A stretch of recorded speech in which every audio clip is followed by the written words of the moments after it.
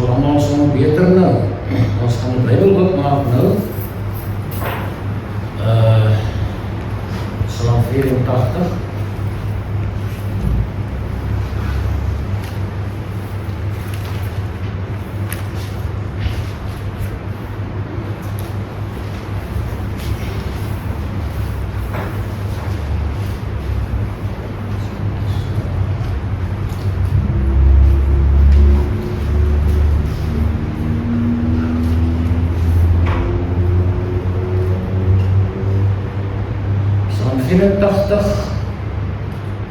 Wat die musiekleier op die gebied van kinders van Korach Psalm.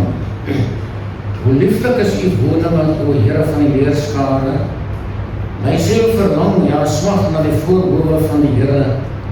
My hart en my vlees jubel uit tot die lewende God.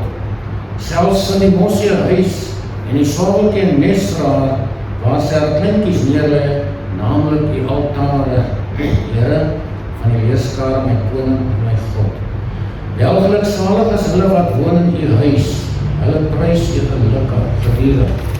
Welgeluk salig is die mens, wie se hart, of wie se sterkte in u is, en wie se hart die gebaande weë is.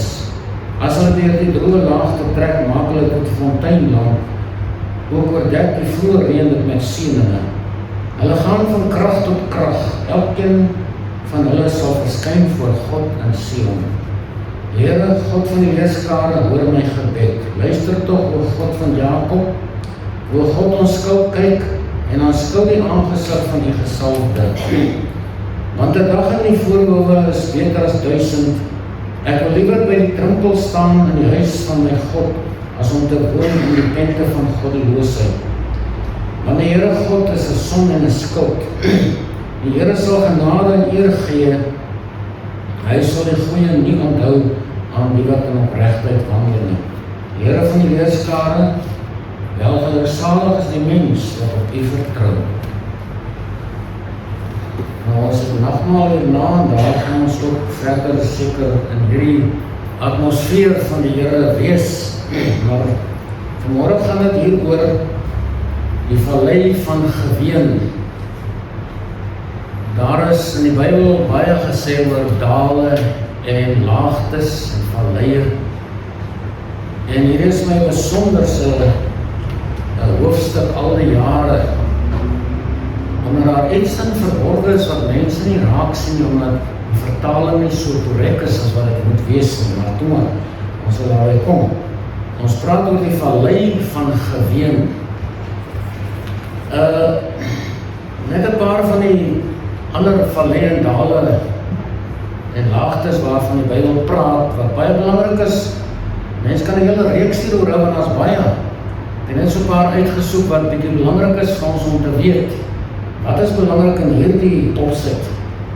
Nou die Afrikaans het die mooi woord vallei.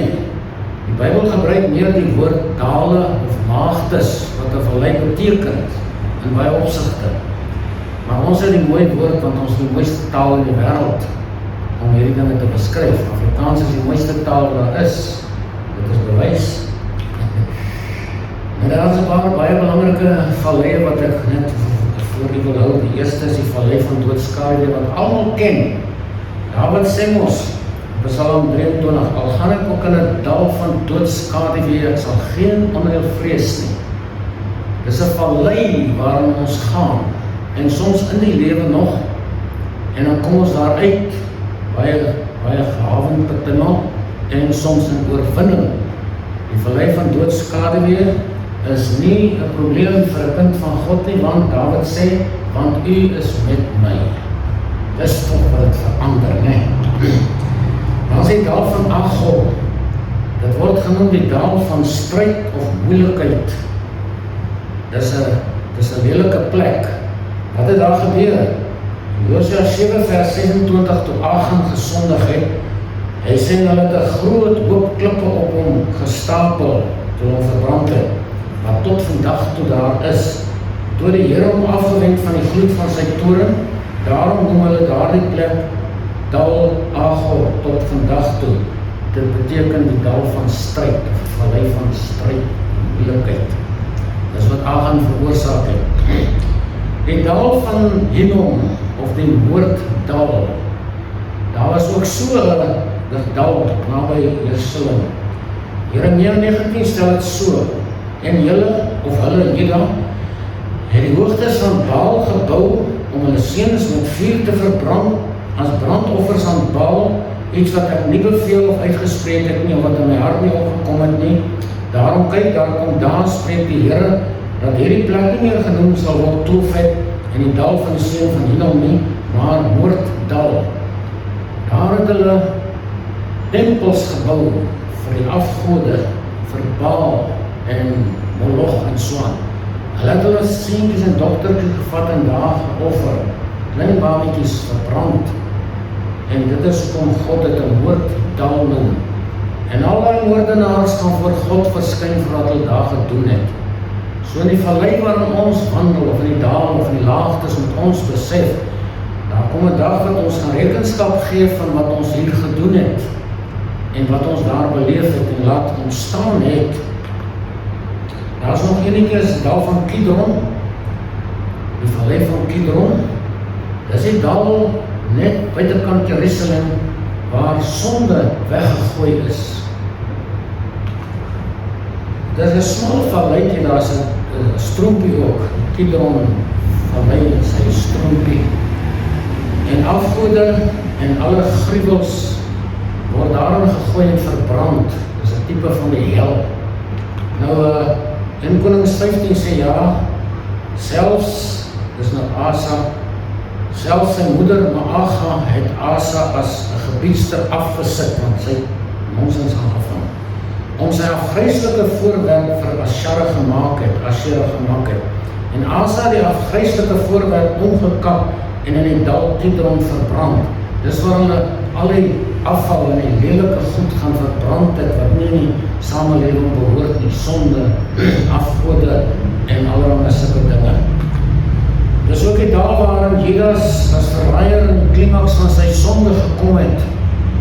Jesus en die disippels het daar gegaan, en daar het hulle in die tuin ingegaan van Getsemane, en toe kom Judas daar uit die donker uit, en hy kom soen Jesus, en daar word as die verraaier aan almal geopenbaar. Johannes 18 sê, nadat Jesus dit gesê het, het hy met sy disippels oor die Spruitkidron gegaan, waar daar 'n tuin was, dis Getsemane, waarin hy self gegaan het in sy disippels, en Judas, sy verraaier, het ook die plek geken, omdat Jesus daar dikwels met sy disippels saamgekom het. Toe kom verraai Jesus daar in die dal van sonde, bereik sy sonde die klimaks, en hy kan nie daar uitkom nie, want hy besluit, ek gaan soen toe, gaan daar die groot daad doen, om as verraaier op te tree teen Jesus Christus, die dal waarin sonde gegooi is. Nou ja, Judas is ook sonde, sy hele wese is sonde, so kom hy dit verkies het om daar te doen. Dan kom ons by die dal, of die vallei van geween. Ons het in Psalm 84 daarvan gelees, maar ek gaan dit net verduidelik. Die vallei van geween, is waaroor het gaan vanmôre by ons.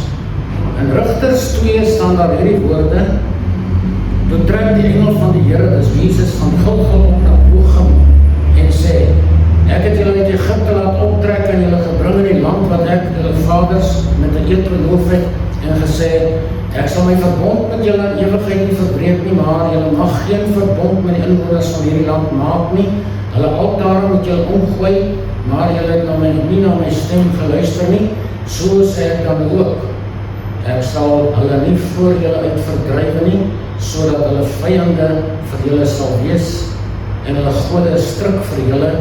En terwyl die engel van die Here, dis nou Jesus, met hierdie woorde al die kinders van Israel toespreek, het die volk hulle stem verhef en geween. Hulle die plek Bochum op Baka genoem, en daarom die Here geoffer. Dis die vallei van geween.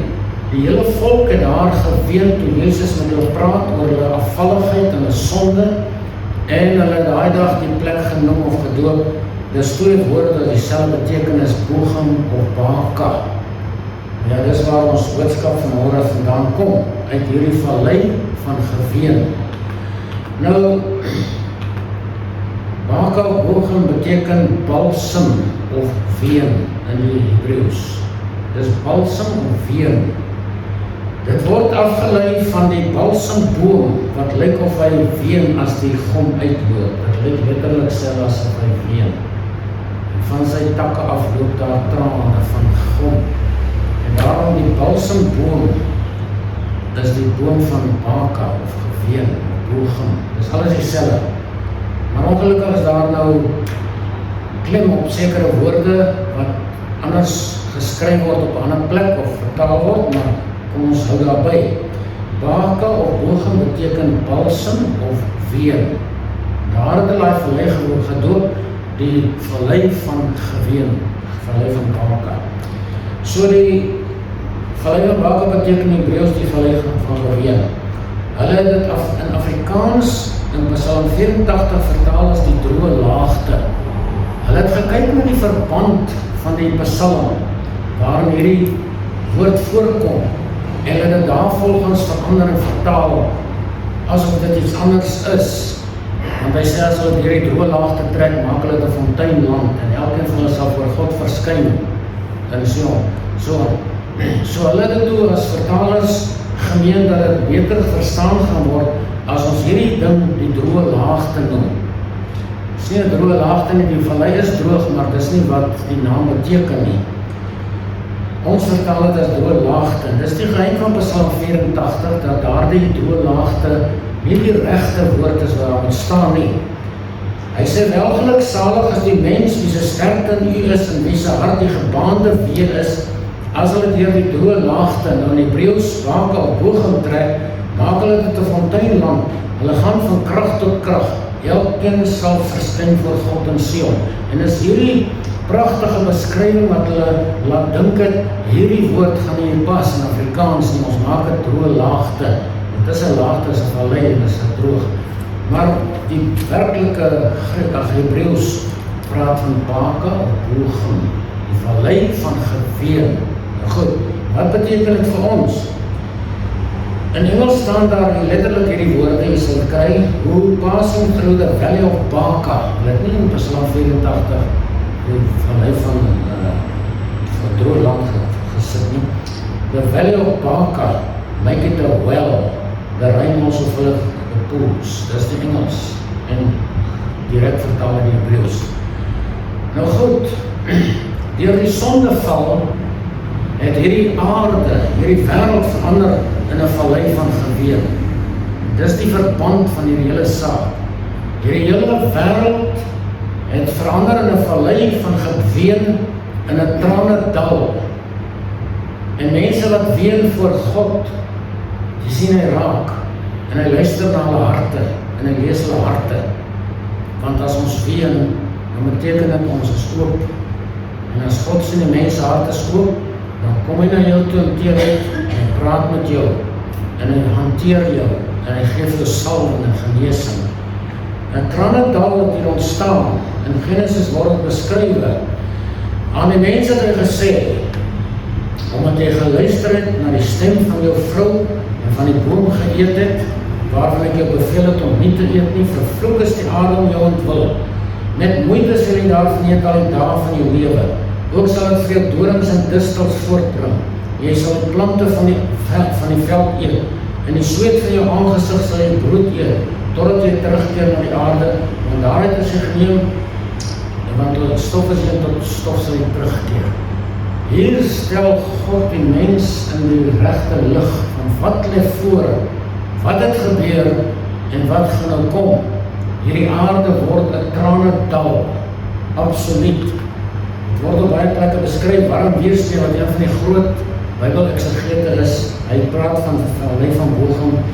Hy sê, any difficult and painful place in life, where everything seems hopeless and to feel helpless, like in the pit of despair, dis Bochum, dis Baka, die vallei van geween. En dis die aarde, die wêreld in ons tyd, vir 6000 jaar. Salomo beskryf dit ook in Prediker 2. Wat het die mens vir al sy arbeid en vir die strewe van sy hart waarmee hom vermoei onder die son? Want al sy dae is smarte en sy bemoeienis is verdriet. Selfs 'Snags rus sy hart nie. Is dit nie maar met ons almal so nie? Ons raak maar net gewoon daaraan. Dan dink ons, dit is oké, dis hoe dit moet wees. Maar as ons besef wat ons verloor het deur die sondeval, dan sal ons ween oor onsself elke dag. Wat het ek nie verloor nie? Wat kon daar nie gewees het nie? Wat kan ek nie wen daarby as ek my lewe en my hart met God in konteks stel nie? Hy sê verder in Prediker 4, daarna het ek weer gesien al die verdrukkinge wat onder die son plaasvind en kyk, daar was trane van verdruktes en vir hulle was daar geen trooster nie. Aan die kant van hulle verdrukkers was mag, maar daar was vir hulle geen trooster nie.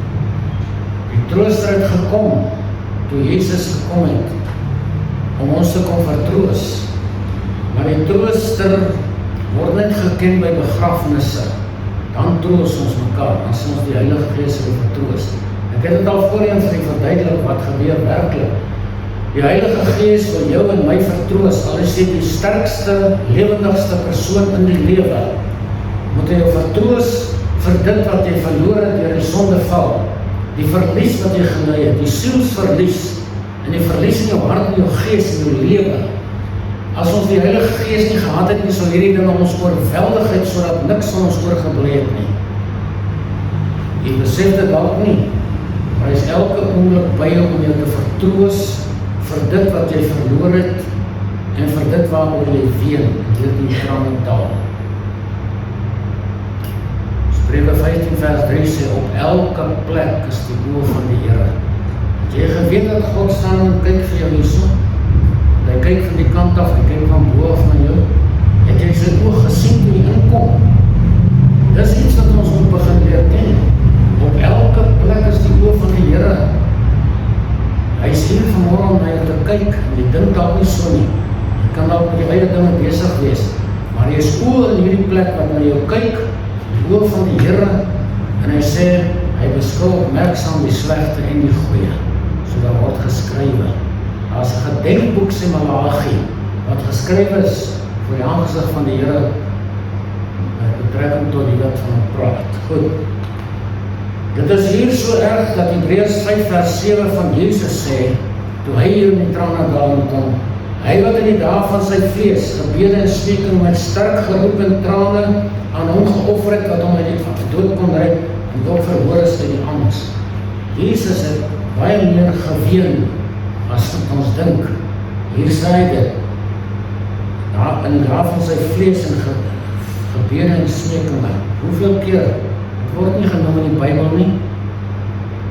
Dit was baie keer in sy eensaamheid wat hy gaan ween het oor hierdie wêreld, en saam met hierdie wêreld geween het, want hy was ook in die vlees, en oor jou en my geween het. Die Vader het hom uitgehaal uit die smart in sy hart, nadat hy aan die kruis gesterf het eers.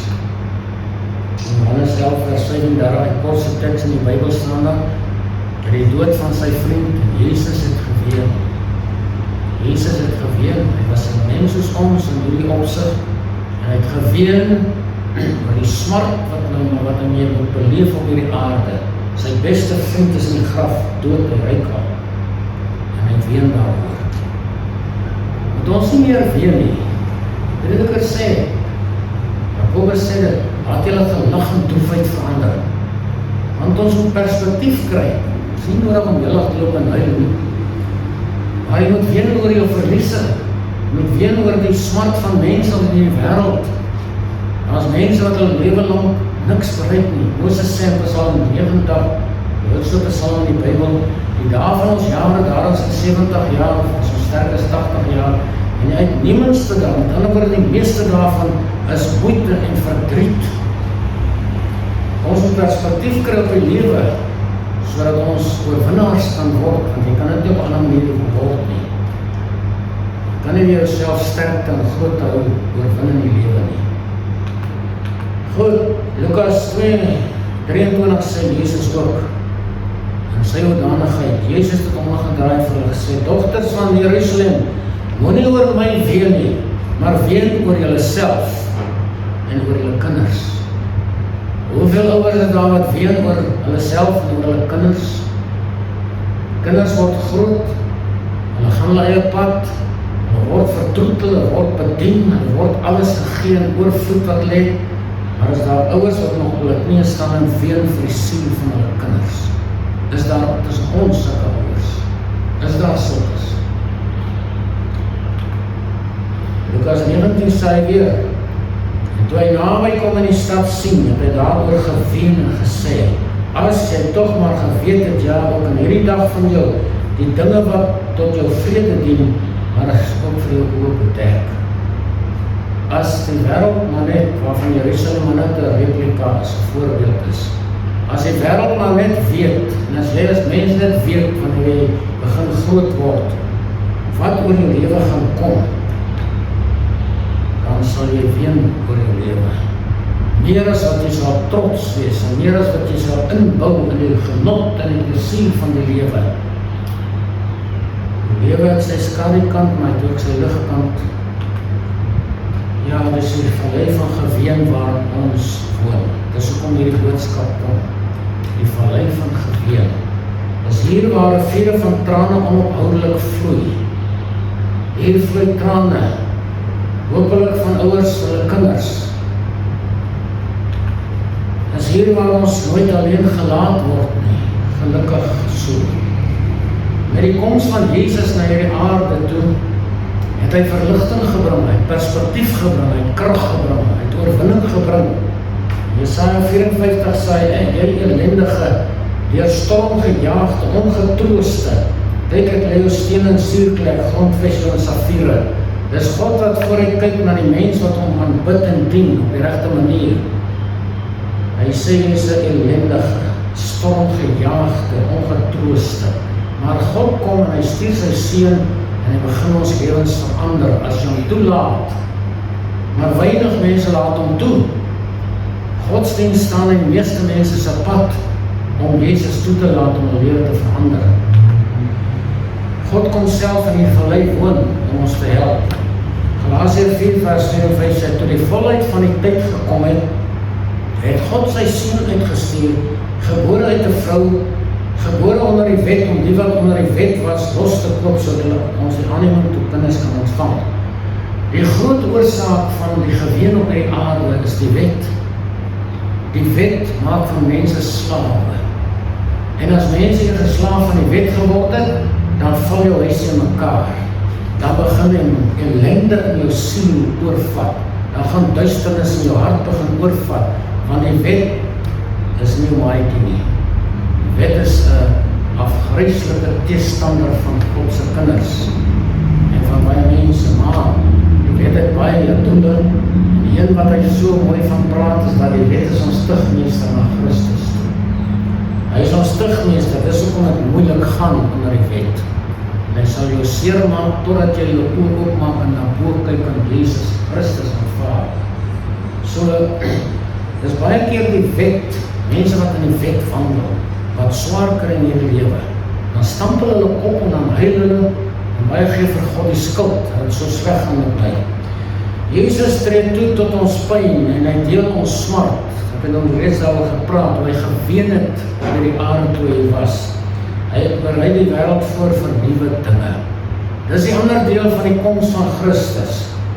Hy het die smart en die ellende kom sien en deel daaraan. En hy het mense kom waarsku daarteen. En hy het mense hulp gegee deur die Heilige Gees en deur die lewende woord van God as ons dit wil aanvaar.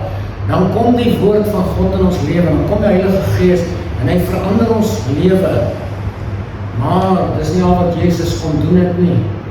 Hy die wêreld kon voorberei vir nuwe dinge. En daar is baie dinge wat kom.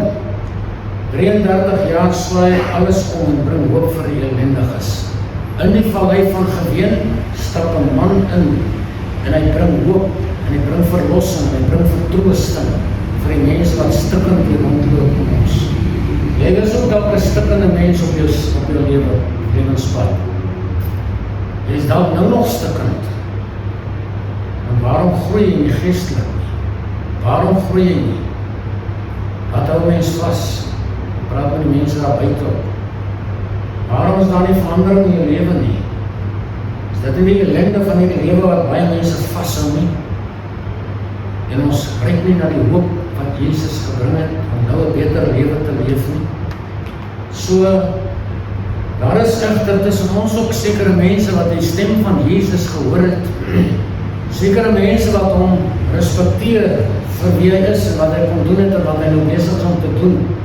Daar is tussen ons ook sekere mense wat gehoorsaam is en wat verandering bring nadat hy weggegaan het, want hy die onus op ons gelaat om voort te gaan met sy werk, om 'n gebroke wêreld heel te maak, om stikkende mense heel te maak, om mense wat sonder hoop in hierdie wêreld is, hoop te gee.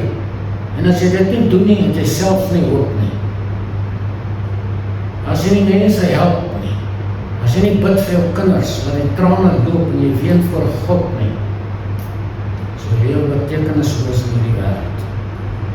As jy nie die wêreld na buite sien soos hy dit gesien het nie, nie bereid is om te gaan en te doen wat hy gedoen het nie, as jou lewe niks werd op hierdie aarde nie, dan leef jy ons net vir jouself, is dit nie so nie? Waarmee is ons besig? Die vraag moet jy na jouself te bring op hierdie stadium en in jou kop wil sê, waarmee is ek besig op hierdie aarde?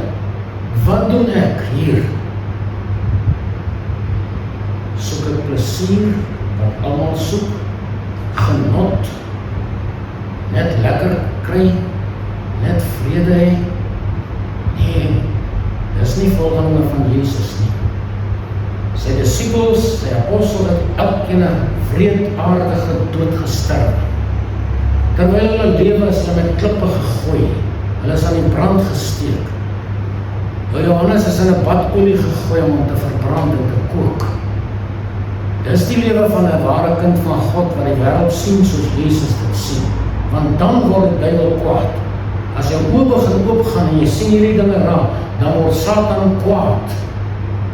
En as hy kwaad word, dan is daar geen keer nie. Dis wanneer die woord van God waar word, dat elkeen wat God vrugtig wil lewe in hierdie wêreld sal vervolg word. So godsdienst is jou probleem. Ons sit in die kerk en ons word gepreek, en ons stap daar uit en jy hoor niks weer daarvan nie. Ek dink nie weer daaraan nie.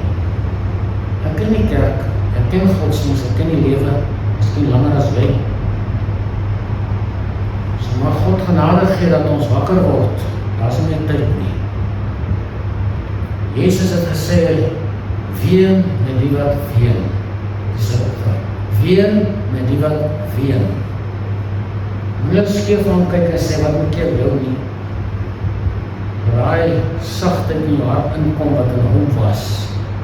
Filippense 2 vers 5 sê, want hierdie gesindheid moet in julle wees, wat ook in Christus Jesus was. Jy kan verder gaan lees daaroor. So dis mense wat waarlik verstaan wat aangaan. Dis mense wat weet, waarom is ek hier? Dis mense wat hulle skepingsdoel ontdek het. Mense wat besef, wat er toestand in die wêreld is. Ons is in 'n tranendal, vallei van geween. Dit is ook mense wat liefde werklik verstaan. As jy nie empatie het met die stikkende wêreld daar buite nie, en met mense rondom jou, jou kinders, en met jou medewerkers vir die werk, en die mense wat vir jou werk, onder wie jy werk, as jy nie empatie in jou hart het, en nie gevoel op diep vlakke nie, dan is jou lewe nie veel van betekenis op die aarde nie, is dit nie? Moet ons nie maar onsself 'n bietjie agteruit skuif en kyk rondom ons nie. So, God se volk verander die dale en droefheid in fonteine van heil. Die vallei van geween moet 'n vallei van heil word deur God se kinders. Dis hulle wat die verandering moet bring. Ons sit elke Sondag en elke dag om kyk na Jesus wat op die aarde was en ons gaan bid hom. Maar daar is 'n ligte op die aarde, onsaglik groot. Wat Jesus sou gevul het as hy was, maar hy is nie meer hier nie. En daai opdrag het hy aan ons gegee, gaan die hele wêreld in en verkondig die evangelie van alle nasies en maak van hulle disciples. En ek praat met myself. Ek moet hierdie ding ook deurwerk voordat die kom. Hoeveel mense jy al na Jesus toe gelei? Oor hoeveel stikkende gebroke mense het jy al geween? Het jy al ooit geween oor jou eie kinders? Of oor jou vriende wat Jesus nie ken nie? Of oor jou ouers? Psalm 84 sê, wat doen ons as ons reg is? As hulle deur die droë laagte dan trek, maak hulle dit 'n fonteinland. Ons kan fonteine oopmaak vir mense. Die fonteine van die evangelie. Jesus het gesê in die laaste dag, die groot dag van die fees, in Johannes 7 vers 37. As iemand dors het, laat hom na my toe kom en drink. Soos die skrif sê, strome van lewende water sal uit sy binneste vloei, die word 'n fontein. En dit het hy gesê van die wat die Heilige Gees ontvang. Want die Heilige Gees was daar nog nie, omdat Jesus nog nie verheerlik was. Die oomblik as die Gees van God in 'n mens se lewe inkom, is hy 'n fontein. Jy word 'n fontein. Maar helaas, die meeste van die fonteine is droog. Die meeste van die fonteine is toegestop deur my sonde en my eie belange. Dis hoekom dit so gaan in hierdie wêreld. Maar as 'n paar mense op hierdie aarde wat nog hoor, en wat verstaan, en wat waarlik lief het, as hulle deur die droë laagte trek, of deur die baken, dan maak hulle dit 'n fonteinland. En wat gebeur met hulle? Verder sê, hulle gaan van krag tot krag. Beskou met jou eie lewe. Hoe is die vlak van jou geestelike krag teenoor 10 jaar gelede? Hoe is jou geestelike krag se vlak teenoor 'n maand gelede? Hy sê hulle gaan van krag tot krag. Dis deur die Heilige Gees en deur die woord. As jy dieselfde bly wat jy 20 jaar gelede was, as jy dieselfde bly as wat jy 'n jaar gelede was, as jy dieselfde is as wat jy gister was, is daar fout in jou lewe. Daar's fout in jou lewe. Ons mis alles dan. Hulle gaan van krag tot krag, en dan sê, hulle sal voor God in Sion verskyn. Hulle gaan by God seën ontvang. As hulle deur die droë laagte trek, maak hulle dit fonteinland. Hoeveel mense kan drink by jou? Hoeveel mense kan die vrug van die Heilige Gees by jou ontvang om versadiging te kry? Die disciples van Jesus verander geween en vreugde. Ek weet nie wie van ons disciples hier is nie, maar as hulle disciples van Jesus wat geween en vreugde verander, by hulle self en die ander mense. Dis hulle wat vir 2000 jaar van ander se lewens fonteinlande maak. En dis die kerk van Christus, nie kerkgangers of godsdienstmense nie. Dis die disciples van Jesus.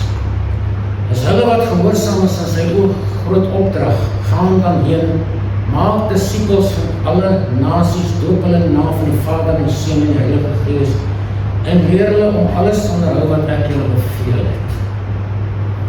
Is jy in hierdie opdrag? Is jy in hierdie arbeidsveld besig? As jy nie is nie, wat nou? Wat nou? Die krag van die evangelie is magtig om mense se lewens te verander. En dis hoekom ons van hierdie wêreld 'n fonteinland moet maak. Hulle wat gehoorsaam aan die evangelie is, maak van die woestynland 'n fonteinland. Psalm 84 sê, as hulle deur die droë laagte trek, maak hulle dit 'n fonteinland. Ek noem net 'n paar voorbeelde. Ek hoop jou naam gaan eendag hier saam verskyn. Die 12 apostels, hulle het die wêreld verander. En hulle het niks verloor nie. Hulle het elke dag kos gehad, elke dag slaapplek gehad, hulle het elke dag gesondheid gehad, hulle het elke dag vitaliteit in hulle liggaam en siel en gees gehad. Hulle was die oorwinnaars van die wêreld. Hulle was fonteine van heil van ander mense tot vandag toe. Ek en jy is hulle vrug. Die hervorming vorming het lang voor waterlieder begin, Johannes Hus en al die mense, hulle het van hierdie wêreld 'n fonteinland gemaak. Die hervorming in die wêreld verander. Ons is die vrug daarvan ook. Herlewing, die tyd van herlewing, hier van 1750 tot 1900 en iets. Laat ons saglike dinge gebeur in die herlewingstyd. Daar was heilige manne en vroue van God, wat deur die droë laagte getrek het en 'n fonteinland gemaak in ons eie land, en in ander lande van die wêreld. Daar was sulke heilige mense, daar by die Hebridiese eilande, het die skepe verbygery, en daar was herlewing op die skip. Terwyl hy skepe verbyry, dan breek hulle herlewing op die land uit, val mense voor God neer. In ons eie land, op die Inder Murray, as die mense na sy pastorie gaan, hulle klop aan die deur, dan oortuig die Heilige Gees hulle so van sonde, dat hulle meer van hom begin ween voor sy deur. Sulke mense wat God nodig het, en die sit dalk sulke tussen ons, wat God nog kan gebruik. Jonathan Edwards, die grootste prediker, die grootste boodskap wat seker ooit gepreek is. Moet 'n bietjie op YouTube gaan, los die stories en gaan kyk na die manne, Jonathan Edwards. Hy het net sy preek afgelees, hy het nie opgekyk nie. En toe daai klop, rowwe, riewe, myners en Engelse daar sit, toe begin die Heilige Gees werk. So jy hoef nie vreeslik 'n mens te wees om verandering te bring nie. Die mense het so onder sondeoortuiging gekom het, dat hulle die pilare van die kerk vastgevat het, vastgevang het en vastgeklou het, vir ure lang geskreeuw het, ons is besig om die hel in te sak. Dis wanneer kinders van God begin werk en saamwerk. D.L. Moody het tot 30.000 mense toegespreek. Ek kan nie as hulle toespreek sonder die ding. 30.000 mense. Dan kom daar 100.000 mense in sy lewe tot bekering. John Wesley, hy het 70.000 kilometer met 'n perd gery om mense te bearm en vir hulle te preek. So het hy gesterwe. So het baie van gesterwe. Dr. Livingston in Suid-Afrika self, in Rhodesia, hy het op sy knieë gesterf, toe hy bid vir hierdie klomp barbare in Suid-Afrika. Dood op sy knieë. Maar die vrug daarvan is ontzaglik. So, God het beloftes op vir ons. Hy maak vir ons 'n ander fontein open en 'n ander vallei, as jy aan Jesus behoort. Ek sê dan, as jy aan Jesus behoort, wag daar 'n heilsfontein in 'n ander land vir jou, as jy sterf. Want daarom 21 sê, God sal al die trane van die oë afvee, daar sal geen dood meer wees nie, ook droefheid en geween en moeite sal daar nie meer wees nie, want die eerste ding het verby gegaan, en hy wat op die troon sit het gesê, kyk, ek maak alles nuut. Net aan my gesê, skryf, want hierdie woorde is waaragtig en betroubaar. Net vir my gesê, dit is verby, het is al van die omega, begin in die einde, aan die dorstige sal ek gee, uit die fontein van die water van die lewe vernet. Jesus wag vir mense, wat hier op aarde dors het na meer en na beter lewe. Godse kinders, hy wag daar, want hy weet, ons kry nie totale versadiging hier. Ons siele dors altyd, soos 'n hert wat smag na waterstrome, so smag my siel na U, o God. Dis 'n mens wat God geken het. As jou siel nie dors na God nie, gedurig deur nie, gaan jy nie satisfaksie kry. Hy sê, aan die dorstige sal ek gee die fontein van die water van die lewe verniet, die ewige lewe se water. Maar God ons genadig wees om daar te kom, waar ons wakker word oor onsself en oor die lewe om ons, oor die lewe in ons eie huise, die lewe om ons daar buite, in Suid-Afrika, wie bid vir herlewing vir ons volk, vir genade vir ons volk. God kan ons volk red, God kan Suid-Afrika red, as ons 'n fontein van lewe is, as ons 'n fontein fontein van lewende water is, soos Jesus gesê het, strome van lewende water sal uit hulle binneste vloei. Daar is nie te min mense in Suid-Afrika wat bid vir hierdie land, anders sou dinge verander het. Daar is te min fonteine in hierdie land, waar hy die dorstiges kan drink, anders sou hierdie land verander het. Hy sou, verseker, hy sou. Liewe Vader, ons weet God praat regtig met mense.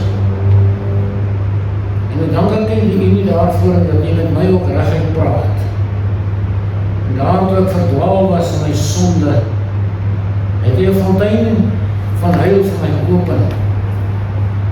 Ek was ook in hierdie droë laagte, en baie van ons wat hier sit, party is daar nog daar, en ek weet nie, ek hoop nie so nie. Baie is nog in die vallei van geween.